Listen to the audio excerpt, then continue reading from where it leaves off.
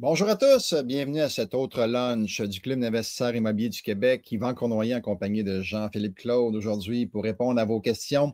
Donc, soyez bienvenus à ce 201e épisode. Donc, on a eu le 200e la semaine dernière avec Jacques, possible de réécouter en rediffusion ceux qui l'ont manqué. On est en route vers le 300e. Donc, on commence une nouvelle série de 100 aujourd'hui. Donc, soyez les bienvenus. Merci à tous d'être là. Donc, on espère que vous allez apprécier le lunch qu'on va passer ensemble. Donc, merci à tous et salut Jean-Philippe. Encore, hein, poivre et sel, on a une thématique. Hein? Oui, Poivre et ça, sel. c'est le yin et le yang, mais là, c'est le poivre et sel. En forme? Ça va bien, ça va bien de ton côté? Oui, top shape, passé une belle fin de semaine. Faisait relativement beau, c'était bien. Ouais. On a profité. Relativement beau par rapport aux autres fins de semaine. Hein? Je ne sais pas ce qui se passe avec le mois de mai, mais bon, il ne restera pas, c'est ça. Voilà. Et ça ne t'a pas empêché de voler la semaine passée. Toi, tu as fait ta licence de pilote. Tu as eu Exact, test en vol vendredi complété. Fait que voilà, je suis officiellement pilote privé. Ben ouais, je suis très content. L'avion de Jacques d'ailleurs, que j'ai racheté. félicitations. Une autre licence à ton actif. Voilà, ça je dis, j'aime beaucoup les licences. J'aime bien ça. Des apprentissages, hein? C'est le fun d'apprendre dans la vie. Continuer d'apprendre tout le temps. C'est l'apprentissage, c'est tellement plaisant. Donc, voilà. Relever les défis, c'est ce qui nous maintient en vie. Exact, Entre autres. exact. Ah, excellent. Donc, merci tout le monde d'être là. On vous invite en fait à partager le lunch. On va vous expliquer tantôt les prix à gagner, mais on vous invite à le faire tout de suite quand même pour qu'il y ait le plus de gens possible. Donc, vous partagez dans les réseaux sociaux, évidemment, en inscrivant Go, Go, Go dans le chat, tout en majuscule ou en minuscule, pas d'espace, pas de point d'exclamation, aucune altération. Donc, Go, Go, Go et vous allez courir la chance de gagner des prix qu'on va vous parler sous peu.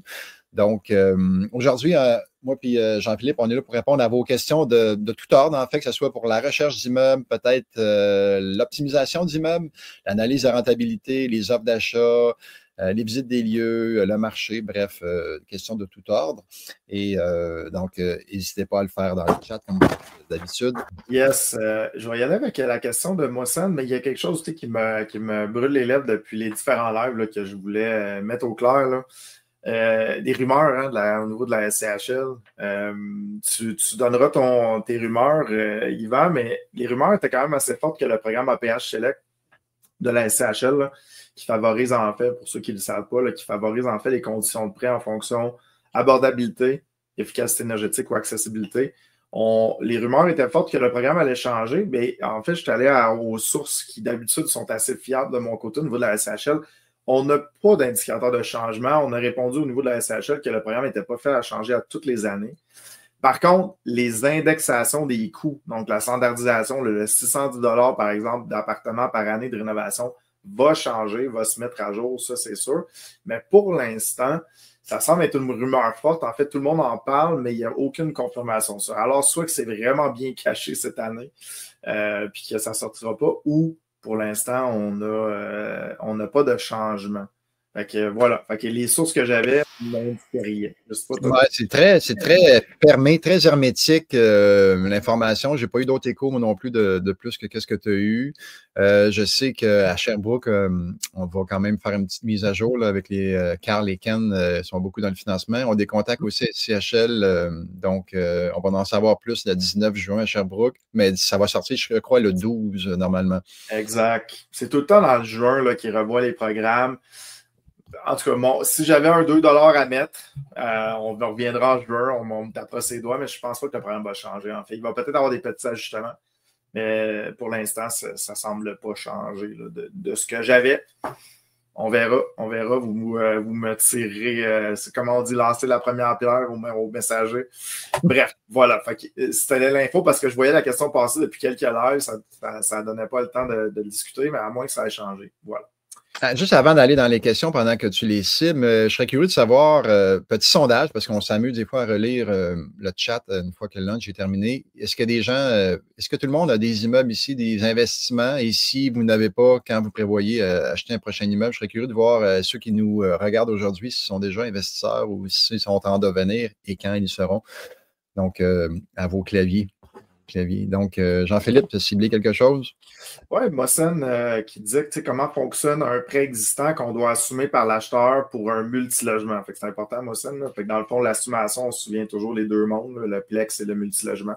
Multilogement commence à partir de 5 logements et plus. Là. Il y a une certaine flexibilité là-dedans, mais mettons au niveau de la SCHL, 5 logements et plus, c'est considéré du multilogement. Comment ça fonctionne? Important de noter, quand vous assumez un prêt de la SCHL, on ne peut pas arriver avec une demande d'assumation puis une demande de prêt supplémentaire depuis, j'essaie de me souvenir, depuis 2 ans, en fait, depuis au moins 1 an. On ne peut pas arriver avec une assumation et un prêt supplémentaire. Donc, si le prêt, par exemple, représente 50% du prix du bâtiment, on prend un exemple simple d'1 million, il y a 500 000 d'hypothèque, tu vas devoir arriver avec le 500 000 d'une façon ou d'une autre. Ça peut être une balance de vente, ça peut être ton comptant. Puis au jour 1, tu as passé chez le notaire, tu peux envoyer ta demande à la SHL pour ton 2e rang. Ils ont changé les règles, fait que ça complexifie un peu les assumations de ce sens-là, parce que là, souvent, ça demande un capital qui est quand même très élevé au niveau de l'assumation. Fait que c'est vraiment important à noter au niveau du prêt SCHL, on ne peut pas faire une demande de 2e rang. Du conventionnel, avec du prêt non assuré, ça, vous pouvez faire ce que vous voulez avec la banque, vous pouvez avoir vos propres ententes si vous voulez, mais au niveau de la SCHL, on ne peut pas arriver avec un 2e rang. Fait qu'on peut peut-être faire un conventionnel par-dessus de la SCHL, ça se ferait. Une balance de vente par-dessus, ça se ferait. Ou ton comptant initial, ça se fait aussi. C'est exactement ce qui s'est passé dans Norgate. On ne pouvait pas faire une assumation. On avait un prêt qui représentait 70% de la valeur. Évidemment, on voulait monter ça, mais on ne pouvait pas faire la demande de 2e rang immédiatement au moment de l'achat. Fait que voilà, c'est une règle qui a changé, je pense, il y a 1 an et demi environ. Voilà. Excellent. Bonne précision. Merci. Il y avait Ben LR à 12h06. Quelle plateforme ou procédure que vous trouvez la plus efficace pour la mise en location? J'imagine que tu parles de logement locatif. C'est le même principe que quand tu veux vendre un immeuble, plus c'est vu, plus ça vend. Donc, plus c'est vu, plus ça va être loué. Fait que je ne me contenterai pas d'une seule plateforme. Évidemment, Marketplace est un classique pour la location. Beaucoup de pertes de temps, semble-t-il. C'est pas moi qui s'occupe de la location de ce temps-ci, mais beaucoup de pertes de temps sur des wéreux qui posent bien des questions et qui ont quand même des procédures à prendre pour essayer d'éliminer ces gens-là. Mais bref, ça reste quand même une belle source Marketplace. Sinon, la fameuse pancarte à louer, dépendamment du secteur dans lequel tu es. Kijiji demeure aussi une plateforme. Les packs, Kangaloo de la Corpic. Bref, comme je disais tantôt, plus que c'est vu, plus qu'on a de chances d'être loué. Donc, je te dirais de ne pas te limiter à une seule plateforme, mais peut-être mettre d'autres rayons de location potentielle.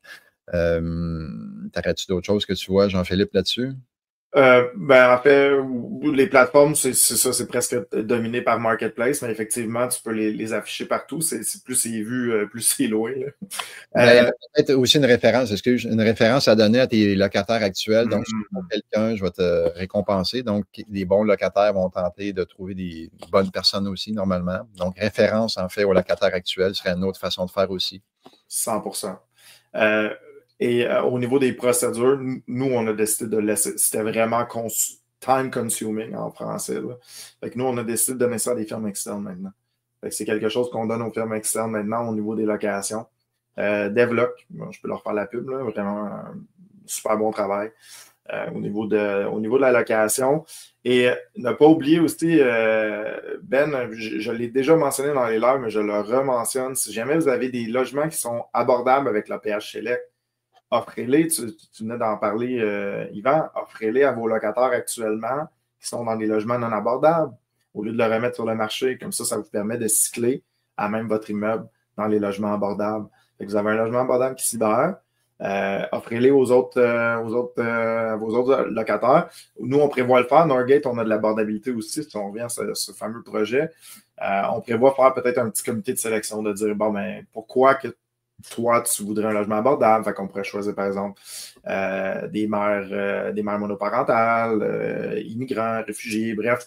On va essayer de faire des petits critères de sélection, mais on va garder dans notre pool de locataires pour faire le transfert. Excellent, excellent. Mathieu Côté, ici à 12h08, bonjour. Comment faites-vous pour prévoir et avoir un fonds de roulement quand vous achetez un immeuble avant le refinancement? Il y a plusieurs façons. Fait que moi, je vois, là, idéalement, tente de faire inclure le plus de choses, le plus de déboursés que tu aurais à faire suite à l'acquisition de ton immeuble, comme le notaire et la taxe de bienvenue. Si tu arrives à faire inclure ça dans le prix de vente, en fait, tu vas financer ces frais-là et tu vas garder cette liquidité-là pour ton fonds de roulement et peut-être tenter de passer le plus près possible là, du du premier du mois, donc le 2 ou le 3, donc après le premier du mois, pour avoir le plus d'ajustements de loyer possible. Donc, ça peut te faire un fonds de roulement parce que, par exemple, on passe le 2 chez le notaire, on fait des ajustements le 2 et on demande à l'institution financière de faire le premier paiement 30 jours plus tard, donc le 2 du mois suivant, et on va collecter encore le premier du mois suivant. Donc, on a comme quasiment 2 mois, en fait, là, de loyer avant de faire un premier déboursé à l'institution financière. Donc, c'est une autre façon, en fait, d'avoir de la liquidité dans nos comptes de banque. Sinon, si tu y vas avec des partenaires, peut-être leur demander un petit peu plus que la mise de fonds ou l'argent requis. Si ça prend 300 000 le prochain immeuble, leur demander 320 et leur dire qu'il y aura un 20 000 en fait dans le fonds de roulement pour pallier à des imprévus. Donc, une autre façon de faire. Jean-Philippe a sûrement d'autres trucs aussi dans ses... Ouais, ben on essaie quand on fait l'inspection, par exemple, on essaie de voir c'est quoi la pérennité du bâtiment sur 5 ans. Qu'est-ce qu'on va avoir besoin de changer, par exemple, sur 5 ans avant notre prochain refinancement? Je dis 5 ans parce que c'est le prochain refinancement. Ça peut être dans 1 an, 2 ans. Mais au moins amener la pérennité jusqu'au prochain refinancement. Puis les marges de crédit. Sur Desjardins, là, Solutions Libre Affaires, la SLA, de Visa, là, ils sont quand même assez généreux. Là. Desjardins, là, ça peut monter jusqu'à 100 000, une solution libre affaires avec Visa. Fait qu'on en a dans plusieurs immeubles, on a une marge qui vient s'ajouter au bâtiment. En fait, conseil aussi par rapport à ça, à chaque fois que vous achetez un immeuble, ça dépend là, quand tu es rendu à 40 immeubles, c'est une autre histoire, mais au début, demandez une carte de crédit en même temps que votre financement. L'impact sur votre code de crédit va être moindre parce que les deux demandes vont être faites dans la même journée. Puis c'est une belle façon. Habituellement, ils sont plus willing, les banques, quand on demande un financement hypothécaire, d'octroyer une marge ou d'une carte de crédit en même temps. Donc, ça vous fait un fonds de roulement potentiel. C'est sûr que les taux d'intérêt sont élevés, mais ça fait des liquidités possibles, disponibles en tout temps. Donc, on demande une carte de crédit en même temps que le prêt hypothécaire. Tellement. Tu sais, Yvan, là, les gens vont dire, ah, ça coûte cher le taux d'intérêt. Tu sais, des fois, tu arrives au dernier stretch, dans le dernier mois avant le refinancement. Tu sais. Des fois, là, ça nous arrive là, de maxer les marges, nous autres, là, on maxe les marges, ou après on arrive au refinancement, on claire la marge. Fait que c'est le genre de choses qu'on peut faire. Voilà. Très bon point. Tu sais, des fois, les premiers 100 000 sont plus faciles à trouver, mais les derniers 10 000, 15, 20, 30 000 qui manquent sont plus durs. Donc, oui, si on les prend à court terme, les montants, on va chercher 50 000 sur des cartes de crédit, mais pour 2 mois avant le refinancement, ben, même si 50 000 à 20 ça fait 10 000 par année pendant 2 mois, c'est 1 600. Tu sais, c'est quand même pas si élevé pour... Mettons, pour rénover un appartement. Ah, j'ai pas l'argent pour rénover l'appartement. On arrive en refinancement. Pouf! Là, ça donne une valeur ajoutée de 100, 150 000. Tu sais, des fois, ça peut être bénéfique. En fait, la règle du GBS, là, le gros bon sens, là, vous ne retainez pas votre carte de crédit sur 2 ans à 21 d'intérêt, mais quand ça fait du sens financièrement, puis vous êtes grand garçon, grande fille, vous allez être capable de gérer ça. Puis, conseil qu'on donne souvent dans le Bootcamp, que je me permets de donner là, c'est à tous les 6 mois, contactez vos cartes de crédit émettrices, mettons Visa Desjardins ou Visa Banque Laurentienne, puis demandez-leur si c'est éligible à des augmentations sans enquête de crédit. Donc, le plus de limites qu'on a pour quand on achète des plus gros immeubles, mieux que c'est. C'est sûr que si on arrive dans les maisons, les condos, les chalets, les plex, quand on a des grandes limites de cartes de crédit, ça peut nuire, mais pour des immeubles de 6 logements et plus, augmentez vos limites au maximum parce que vous ne savez pas quand vous allez avoir besoin de liquidité. Et voilà. Good. On a-tu d'autres questions? C'est facile à baisser, hein? C'est tellement facile à baisser. C'était plus facile à baisser qu'à monter. Exact. Baisse la limite. Tout, fini. J'avais Mathieu, un immeuble de 5-6 logements avec un prêt résidentiel. Donc, tu achètes un 5-6 logements, Mathieu, avec un prêt type résidentiel, là, type non commercial. On va présumer en conventionnel. Là, donc, on achète. Combien de temps ça prend avant de l'envoyer à la SCHL? Je vais te dire 1 an, OK, Mathieu? La règle, souvent, c'est 1 an. Ça peut jouer. En fait, ça va prendre une stabilisation de revenus. Ça va montrer que tes revenus sont stables au niveau de la SCHL, qui vont être capables de digérer. Ça peut se faire en bas d'1 an, mais c'est rare. Fait que je te dirais, calcule à peu près 1 an. C'est sûr que si tu prends des revenus là et tu les amènes là, ben là, la SCHL va peut-être te demander 1 an supplémentaire de stabilisation de revenus, comme je viens de dire. Il faut que ton immeuble soit stable avant de l'envoyer à la SCHL. Fait que 1 an, si tu as une augmentation flagrante de revenus, plus qu'1 an. Voilà. OK. Je suis en train de cibler des questions. J'avais Ben Heller, mais OMH, moi, je ne suis pas familier. Je ne sais pas si ouais, j'en ai. Ah ouais? J'en ai eu, j'en veux plus. C'est à peu près ça, honnêtement. En fait, je trouve ça triste parce que socialement, Socialement, on en a besoin, mais c'est vraiment lourd. Pour moi, là, j'en ai eu, on en a géré, on en a retiré. Honnêtement, je ne toucherai pas à ça avec des logements pour l'OMH. Si quelqu'un me dit qu'il y a ça dans son bâtiment, c'est sûr que c'est une strike. Souvent, ça va être des locataires, des fois un petit peu plus problématiques. Ça va causer des problèmes, des augmentations. Des fois, il faut se battre avec l'office municipal. Tout est compliqué, en fait. Je trouve ça triste parce que socialement, on en a besoin, mais je pousserais ça vraiment dans la cour des villes. Gérer les immeubles d'OMH, mais quand on est au niveau privé, laissez-nous gérer l'abordabilité. Mais là, l'OMH, on est plus dans le logement social. Ouais, c'est ça. Tu as vu ma réponse, Antoine, je pense, avec toutes mes onomatopées là, de tout ça. Fait que voilà. Excellent. Hey, je vais te laisser celle à l'écran ici, à midi 6. Je vais me préparer pour les petites annonces. Ça va être facile, je l'ai déjà fait. Ouais. J'ai déjà fait cette question-là. Mais je peux en prendre un autre. Il y avait la fameuse OMH, c'est bon, je vois dans les commentaires, là, OMH, je ne l'avais pas dit, Office municipal d'habitation. Office municipal d'habitation pour l'OMH. Donc, tu es en partenariat avec la ville. Ça vaut peut-être la peine de l'expliquer. Donc, toi, tu vas collecter une petite partie du loyer directement du locataire, puis ensuite, tu vas avoir un paiement de l'OMH pour le restant. Fait que, des fois, c'est des logements à 600-700. Le locataire va te donner 300. L'OMH va t'envoyer le reste du montant. Fait que c'est des logements à très, très, très, très, très abordables. Voilà. Voilà, ben, ça commence à s'ajouter ici. Là. Charazade, excuse-moi, ça a pris du temps à lire le nom. Est-ce qu'on peut refinancer un immeuble qu'on a financé commercial sur 5 ans après 1 an? La réponse est oui. Tu peux toujours refinancer, c'est toujours possible. Par contre, il faut penser, quand les gens pensent refinancement, ils pensent souvent effacer le prêt actuel.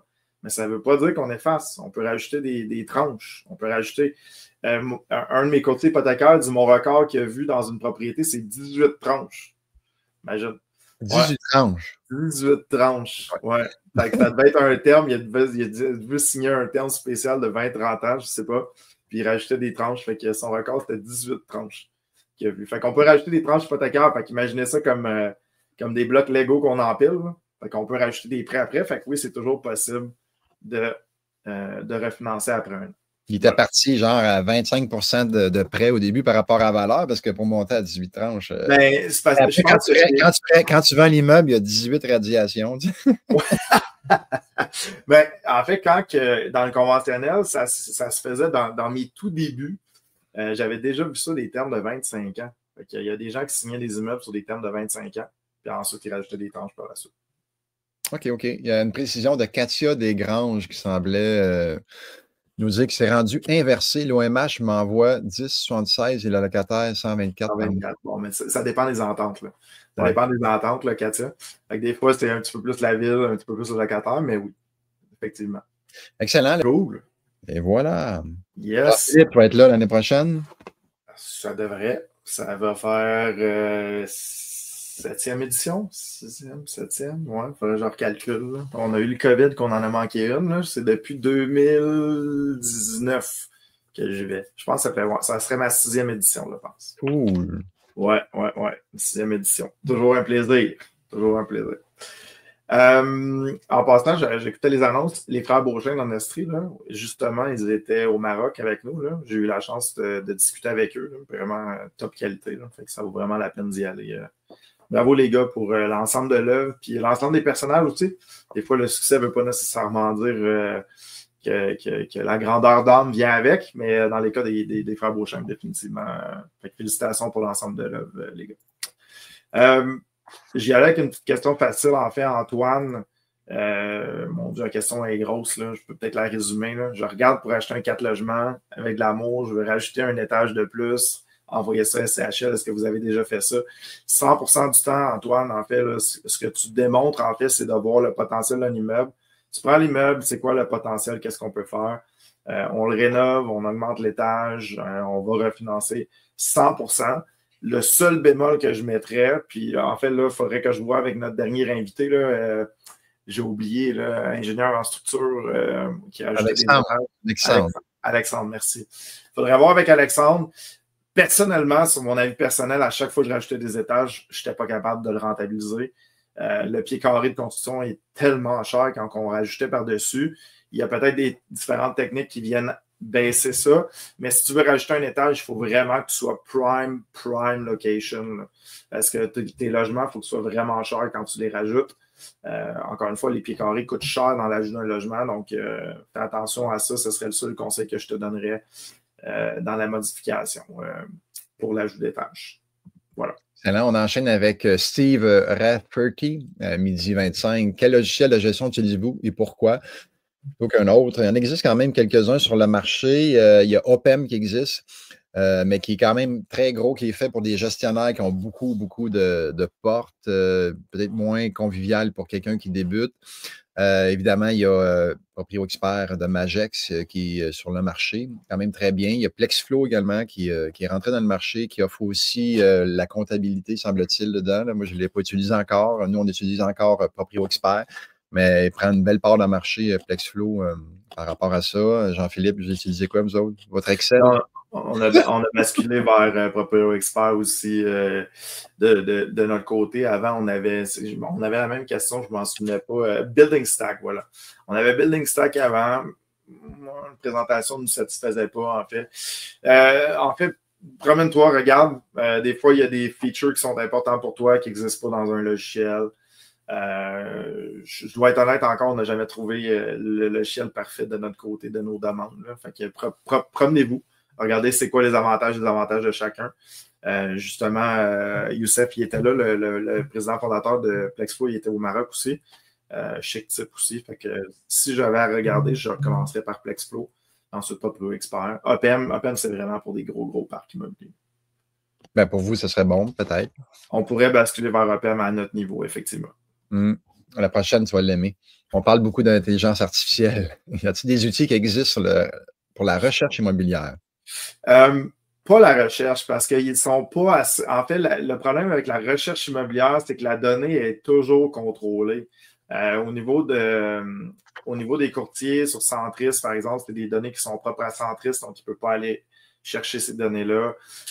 Fait que pour la recherche, pour donner le cours d'intelligence artificielle dans le coaching élite que j'ai revampé, que j'ai redonné dernièrement, c'est pas le meilleur pour la recherche parce qu'il n'est pas à jour.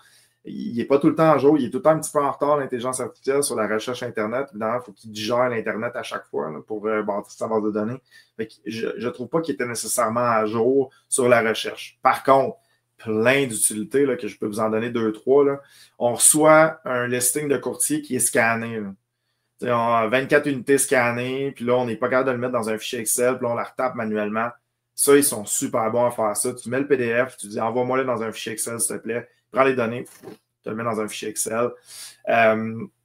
Dernièrement, ce que j'ai fait aussi, je suis allé voir des propriétés, une propriété dans le coin de Dollars des Ormeaux. C'était un listing complet là, de JLL. Là. Fait que c'est des listings comme de 20 pages. Je l'ai pitché dans l'intelligence artificielle. J'ai mis le vocal dans la voiture. J'ai dit, je vais visiter ce bâtiment-là. Je veux qu'on jase du bâtiment ensemble.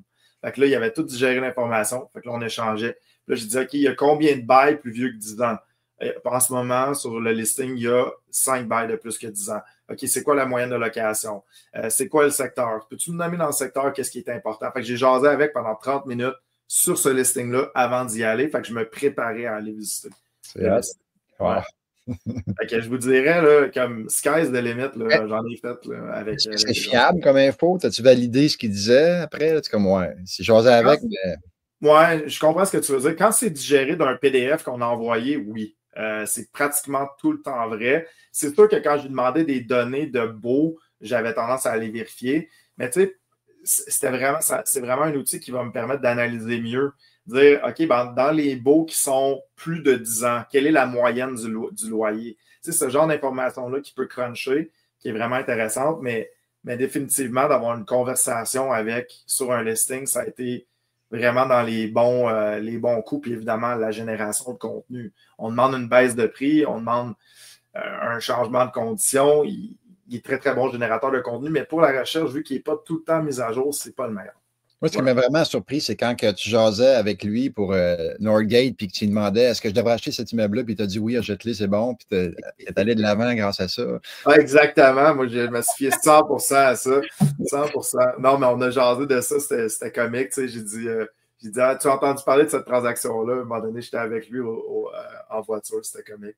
Il dit oui, telle transaction. Je disais, hey, ben, en passant, je m'appelle Jean-Philippe Claude. Oh, wow, quel honneur de te parler. Je trouvais ça très drôle. C'était très comique. On a beaucoup de plaisir à échanger avec.